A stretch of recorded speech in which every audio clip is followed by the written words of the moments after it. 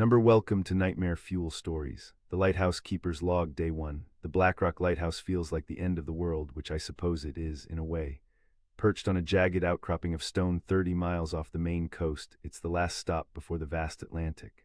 I've taken this 3-month assignment to escape from the city, from my thoughts, from Emily's memory that haunts every corner of my apartment.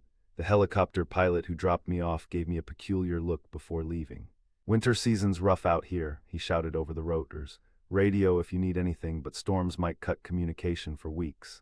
Then, with a hesitation that seemed odd, "Don't let the isolation get to you. The previous keeper left everything immaculate. Supplies are well stocked, the machinery is in working order, and the logbook is meticulously maintained until yesterday's entry." I should feel fortunate for such an easy transition, yet something about this place already unsettles me. Perhaps it's just the constant moan of the wind against the tower, or the rhythmic pounding of waves against the rocks below. At least the lighthouse itself is surprisingly spacious. 3 floors beneath the lantern room, the top floor with my bedroom and a small study, the middle with kitchen and living area, and the ground floor with storage, generator room, and a small workshop. All circular, of course, following the tower's shape. Tonight I'll make my first official light check at sunset. For now, I'm unpacking and trying to settle in. The isolation will be good for me, that's what I keep telling myself. Day 3. The routine is simple enough. Check the light at sunset and sunrise, monitor weather conditions, maintain the logbook, perform basic upkeep, and report any passing vessels. Not that I've seen any. The shipping lanes were redirected years ago, leaving this lighthouse as more of a backup safety measure than a necessity. I spotted something unusual today while scanning the horizon with binoculars. At first I thought it was a small fishing boat, but it disappeared too quickly behind a wave. When it reappeared, it seemed different somehow, larger, with what looked like an old-fashioned sail. Probably just a trick of the light, or my eyes playing games after staring at the water too long. The previous keeper's logs mention occasional ghost ships, his term for vessels that appear briefly and vanish. He attributed it to fog banks and optical illusions. Reasonable enough. The radio crackles with static most of the time. I've made my scheduled check-ins with the Coast Guard, but the forecast warns of a major storm system approaching in a few days. I might lose contact temporarily. I'm sleeping poorly. The bed is comfortable enough, but I keep waking to what sounds like footsteps on the spiral staircase. Old buildings settle, I know, but these sound deliberate. 1, 2, 3, pause. 1, 2, 3, pause, always stopping before reaching my floor. Day 7. The storm hit last night with a vengeance. Waves crashed high enough to spray the lower windows, and the wind howled like a living thing. The lighthouse stood firm, though these old structures were built to endure far worse. During the worst of it, around 3 a.m., I could have sworn I heard a ship's horn. Not the modern electronic kind, but the deep, resonant blast of something older. I rushed to the lantern room and scanned the waters with the emergency spotlight, but saw nothing except churning white caps. The logbook from the previous keeper had an entry during a similar storm, heard the meridian calling, showed no light. God help them, no explanation of what the meridian was or why it would need divine intervention. I've been going through older logbooks I found in the storage room. There are records here going back decades. Many keepers mention unusual sightings during storms, vessels that shouldn't be there, lights where no ship should be able to navigate. Most dismiss these as hallucinations brought on by isolation and bad weather. Some entries, however, are more disturbing. A keeper in 1978 wrote repeatedly about the returning fleet and how they come back because they don't know they've perished. His entries become increasingly erratic before abruptly ending mid-sentence. The next entry, in different handwriting, simply notes his medical evacuation due to psychological distress. The radio is completely dead now. The storm damaged the external antenna. I'll need to repair it once the weather clears, but the forecast suggests that won't be for several more days. Day 10, I saw a ship today. Not a glimpse or a shadow, but clearly visible through my binoculars for nearly 20 minutes. It was an old 3-masted schooner, the kind that hasn't been used for commercial sailing in a century. It moved against the wind, its sails somehow full despite blowing in the wrong direction. I tried to photograph it with my phone, but when I checked the image, it showed only empty ocean. I'm certain of what I saw. The vessel was perhaps half a mile out, moving parallel to the lighthouse before turning directly toward the rocky shoals. I was about to sound the emergency horn when it simply faded away like fog burning off in sunlight. The radio antenna is still damaged, but I managed to pick up fragments of transmissions, mostly weather reports and fishing boats far to the south. Nothing urgent enough to warrant a helicopter repair visit. I found a locked drawer in the study desk today. Inside was a thin leather-bound journal, much older than the official logbooks. The inscription reads, Private Observations of William Thorne, Keeper, 1887–1889. I've only skimmed it so far, but Thorne seems to have documented similar sightings to mine. He referred to them as the Lost Ones and claimed they were ships that had sunk near the lighthouse, returning to seek safe harbor. The footsteps on the stairs continue each night, always stopping at the same spot. Always 3 steps, then a pause. I've taken to playing music to drown them out. Day 13, I can't explain what happened last night. I was awakened by the foghorn, not the automated system we use now, but the old compressed air horn that was decommissioned decades ago. It sounded 3 times, long and mournful. Fully awake, I hurried down to check the systems, thinking perhaps there was some kind of mechanical failure causing the old horn to somehow activate. Everything was normal. The modern foghorn was silent, as it should be on a clear night. The old horn system isn't even connected to a power source anymore. As I climbed back up the stairs, I noticed the door to the gallery deck was open. I know I had closed and latched it before going to bed. Outside, the night was perfectly still. The sea below was black glass, reflecting a waxing moon so clearly it created the illusion of 2 moons, one above and one below. That's when I saw them, 3 ships arranged in a perfect semicircle around the lighthouse, perhaps a mile out. Old vessels, a schooner, a steamship, and what looked like a 19th century whaler. Each was lit with lanterns that glowed with an unnatural bluish light. Through my binoculars, I could make out figures moving on the decks, but they moved wrong, jerky, and uncoordinated, like marionettes. I watched transfixed until one by one they extinguished their lights and vanished into darkness, not sailing away, simply ceasing to be. William Thorne's journal has become my nightly reading. His accounts mirror mine with unsettling precision. He wrote of the gathering fleet that would appear on certain nights, always growing in number. By his final entry, he claimed to have counted 27 vessels. The last page contains only a single line. They have invited me aboard the Meridian. I must know what they want. There is no record of what happened to Thorne. The official logbook transitions to a new keeper without explanation. The radio remains dead. I've stopped trying to fix it. Day 17. I need to write this down while I'm still certain of what's real. Last night I dreamed of drowning. The cold pressure of deep water, the burning in my lungs, the absolute darkness. But it wasn't me drowning. I was experiencing someone else's death, many someone else's all at once. I woke gasping, sheets soaked with sweat that smelled of salt. The digital clock read 3:17 a.m. The footsteps on the stairs were back, but different, heavier, more numerous, and they weren't stopping halfway up. I locked my bedroom door and pressed my back against it, listening as the steps reached my floor and moved across the landing. Water seeped under my door, not clean water, but brackish and foul with the unmistakable stench of decay. A voice called my name, not Emily's voice as I'd initially feared, but a man's rough and waterlogged, as if speaking through fluid-filled lungs. Keeper, it gurgled, the fleet gathers. The Meridian awaits your inspection.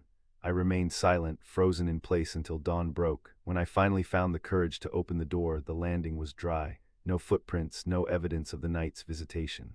But something had changed. On my desk lay an object that hadn't been there before, a small brass telescope, green with verdigris and encrusted with barnacles, etched into its side. HMS Meridian, 1853. I've spent the day searching the lighthouse records for any mention of this ship. Finally, in a moldering box of newspapers kept by some historically minded previous keeper, I found it. The Meridian was a British mail ship that sank during a storm in 1853, approximately 15 miles from Blackrock Lighthouse. All hands were lost, 63 souls, including the captain, who reportedly lashed himself to the wheel rather than abandon his post. The article mentioned something else. The Meridian was the first of many. Over the next 70 years, 27 ships would sink within sight of Blackrock. 27, the exact number Thorne counted in his fleet. Tonight I will watch from the lantern room. I've disabled the automatic light system. If they come, I want to see them clearly, without our modern beacon confusing matters. Day 18, they came. Not 3 ships but 12, arranged in that same semicircle. I watched through the barnacle-encrusted telescope, which somehow renders them more substantial, more real. Through its brass eye I could see the crews clearly, men and women in clothing from different eras, all with the same pallid, bloated appearance of the long-drowned. On the deck of the centermost ship, the Meridian, I presume, stood a figure different from the rest. Tall, straight-backed, dressed in the formal uniform of a 19th-century lighthouse keeper. William Thorne, I'm certain of it. He looked directly at me and raised his lantern in greeting. The ships remained until dawn, vanishing with the first ray of sunlight. I've slept little, sustained by coffee and the feverish energy of one who has glimpsed beyond the veil of ordinary reality. The logbooks make more sense now. Each keeper has had their own encounter with the fleet. Some documented it officially, others kept private journals like Thorn. Some, judging by the gaps and sudden changes in handwriting, were driven to madness or worse. I found a hidden compartment in the study floor today, containing logbooks I hadn't seen before. These aren't the official records, but personal journals of at least a dozen different keepers. The earliest dates to the lighthouse's construction in 1842. The most recent ended just 3 months ago, belonging to Davis, the keeper I replaced. His final entry chills me. The fleet is complete. 27 ships lost, 27 ships returned. The cycle nears its end. The Meridian's captain has explained what they need, a new guardian to watch over them, to help them find their way. Thorn was the first, I will be the last. The next keeper will complete the circle. I am the next keeper. Day 20. The radio sprang to life this morning. No explanation, no sign of repair. The Coast Guard seemed surprised to hear from me, claimed they'd been trying to make contact for days. A supply helicopter will come tomorrow, weather permitting. I should feel relieved. I don't. Last night all 27 ships appeared. Through the telescope I counted their names: Meridian, Stargazer, Northern Light, Avalon, Prospero. Ships lost across 2 centuries, now gathered in silent congregation around my lighthouse. William Thorne stood on the Meridian's deck again, but this time he was not alone. Beside him stood a man I recognized from the staff photos in the main office, Davis, my predecessor. Both men raised lanterns simultaneously, then pointed to an empty space on the deck beside them. My space. The invitation was clear. I understand now why the previous keepers left so abruptly, why this lighthouse has the highest turnover rate in the service. We're not just keeping ships away from the rocks, we're keeping the dead ships in their place. Thorne was the first to join them, to become the lighthouse keeper for the dead. Each generation since, another keeper has been chosen to join the fleet. Davis was the 27th, completing the circle, matching ship for keeper. But what happens when the circle is complete? The footsteps are on the stairs again, not stopping halfway now but coming steadily upward, multiple sets moving with purpose. Waters seeping through the floorboards, cold Atlantic brine carrying the scent of decay and long-submerged wood. They're coming for me. Day 21, the helicopter never arrived. The radio is dead again. I barricaded myself in the lantern room all night, watching as the fleet surrounded the lighthouse completely, forming a perfect circle where before they had maintained their semicircle formation. The waters between the ships and the lighthouse began to change, not quite boiling, not freezing, but shifting in a way water shouldn't move, creating a perfect mirror surface despite the wind. Looking down at it from the gallery was like staring into an abyss that stared back. Just before dawn, the surface broke. Something began to emerge, not a ship, but a structure, a tower of black stone rising from impossible depths. A lighthouse, the dark reflection of Blackrock, but ancient beyond reckoning.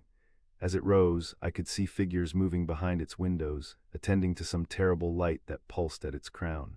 When the sun broke the horizon, both the fleet and the shadow lighthouse sank beneath the waves, but not before I glimpsed what waited in the lantern room of that dark tower.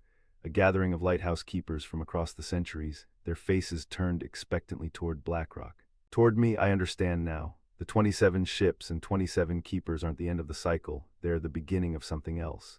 Something is being constructed on the other side, a beacon not to warn ships away from danger, but to guide something else home. Tonight they will come again, not just to the water, but inside. I found notes from Davis hidden throughout the lighthouse, explaining what will happen. The keepers will climb the tower, the drowned crews will follow. At midnight, when the dark lighthouse rises again, they will offer me the final position, to complete their circle and begin the new one. I'm leaving this log for whoever comes next. The Coast Guard will find an empty lighthouse. They'll send a replacement keeper. The cycle will begin again. I can hear them on the stairs now. The door won't hold much longer. Emily, if you somehow read this, I'm sorry. I thought I came here to escape your memory, but perhaps I was always meant to be here. Perhaps whatever waits on the other side of that dark beacon will reunite us. The door is opening. William Thorne stands there, uniform immaculate despite the seawater dripping from its edges. Behind him, Davis and a line of men stretching down the spiral staircase, each in the uniform of their era. The fleet is gathered, Thorne says, extending a pale hand crusted with barnacles. The Meridian awaits its final keeper. I have no choice but to go with them. The alternative is to stay and face whatever is rising from the depths, whatever they've been preparing for all these years. The telescope shows me the truth. The ships aren't lost, they're waiting. The keepers aren't victims, they're guardians. The dark lighthouse isn't a reflection, it's a doorway, and I am the key. Final entry found in the Blackrock Lighthouse logbook, discovered 3 days after keeper Michael Harmon was reported missing. The lighthouse was found in perfect working order, all systems functional, no sign of struggle or forced entry. The only unusual element was a brass telescope found in the lantern room, heavily encrusted with barnacles despite being completely dry. When Coast Guard investigators attempted to look through it, they saw only darkness. Addendum. New keeper Eliza Chen arrives tomorrow. This log has been archived as per regulations.